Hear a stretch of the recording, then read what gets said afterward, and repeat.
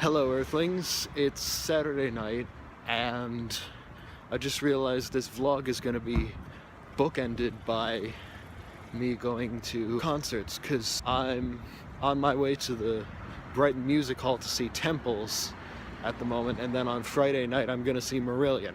Speaking of Marillion, thank you to everyone who watched and liked and commented on my review of their album Fear. It's my most viewed video apart from a couple really old ones about hip-hop samples that I did back in 06 or 08 or something. I'm on my way to see Temples. It should be good. As I mentioned in the previous vlog, they've got a new album coming out next year. It's gonna be not as retro, I don't think, as their debut album Sun Structures. They're also gonna incorporate Adam Smith and Sam Toms into the writing process, something they couldn't do on their first album. Couldn't or didn't. Yeah. Alright. That gig is over. It was great. They played a lot of songs from their upcoming album. They also played Ankh, the best Sun Structures B-side. From what I can tell of what their second album is going to sound like, there's going to be a lot more keyboard and drum presence. Makes sense since Adam and Sam weren't actually writing on the first album. There's going to be a bit more distorted guitar. I remember there was one song where James Bagshaw was playing a sort of harmony. Like, it sounded like a dual lead even though it was on the same guitar. It's like it was distorted, but they weren't bleeding into each other, the notes. The band also had pretty heavy white face paint on. I guess it was Halloween season and James was dressing up as Mark Bolan or something. Or possibly the love child of Mark Bolan and Jim Morrison. But either way, he did comment on how ridiculous it was at one point. And the opening act was another psychedelic rock band called Vinyl Williams. Their singer's name is Lionel Williams, so that kind of explains their name. And they were good. They reminded me a lot of Dive, although it was even harder than in Dive to make out the words Lionel was saying because of the heavy reverb on his voice. There were also 3 songs that Temples really jammed out on at the end. Well, at the end of the songs, not all at the end. If you're wondering what my Halloween costume is, it's Ian Anderson, or at least it would be if I had a flute. I'm not actually trick-or-treating this year, although I really should, since I could probably pull off a really good Ian Anderson. I mean, all I'd need is a flute and some rudimentary guitar chops, and then I just dance around like I normally do on stage. It's Monday now, and I've been doing a bit of woodshedding on, or planning to do a bit of woodshedding on 4 separate compositions of mine. Also, yesterday I got together with another project partner from 20th Century Women Songwriters. We're doing another collaborative thing. Basically, we're doing a thing where basically Laura is writing lyrics from a man's perspective, because Jerry Goffin used to write a lot of lyrics from women's perspectives, and then I wrote the music, and sounds like we've written another legit song. And it's also Halloween.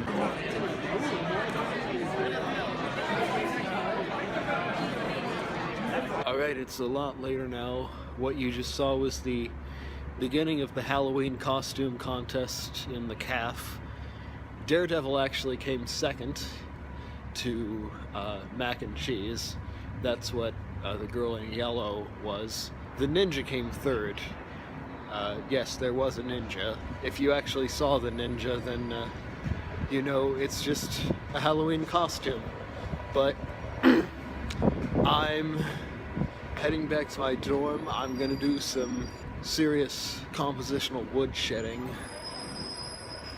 I've got 4 pieces I want to get some progress made on by tomorrow. It's Tuesday now, and I had my directed study this morning, but there was no post-bop harmony class this week. I don't quite know what we're going to be learning about next week, but I'm headed to a meeting for the co-op big band, which is basically a thing that a few senior jazz comp majors put together every semester. This time I'm one of them, and it's basically a band we put together of students to play our pieces. We don't have to play in the band, although I am. I think I want someone else to play piano on my chart. Fortunately, there's a couple other pianists putting it together, so we've got pretty much a full band. We just need one more trumpet and we'll be set. We aren't rehearsing until December, so. Alright, it's a lot later now, and I've just been to City Hall, where I thought early voting was still open, but they had closed a few minutes before I got there. I thought they were going to close at 8, they closed at 5, but they're going to close at 8 tomorrow, so I've got several chances to vote early. Of course, I'm not going to tell you how I'm voting, especially not for president, but I will say this. If you're a Clinton supporting Republican, you gotta put some Democrats in Congress so we can get stuff done. You know, and if you're a Trump supporting Democrat, you gotta put some Republicans in Congress, even though a lot of Republican politicians hate Trump. Still, it helps that they're from the same party. Alright, it's Thursday now. I don't know if I filmed anything yesterday, but I got confused about early voting hours at City Hall, so I'm gonna go over there right after I eat breakfast. So that should be good. Alright, I just voted. Well, not just voted, I voted this morning. Soon after I filmed that last clip. I've got a sticker somewhere. There it is.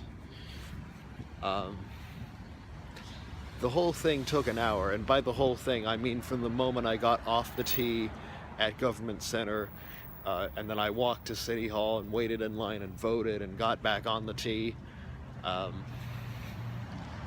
possibly counting when I got off the T here. I remember when I was in one T station or another after I voted, it was 10:08 and I got there at 9:08.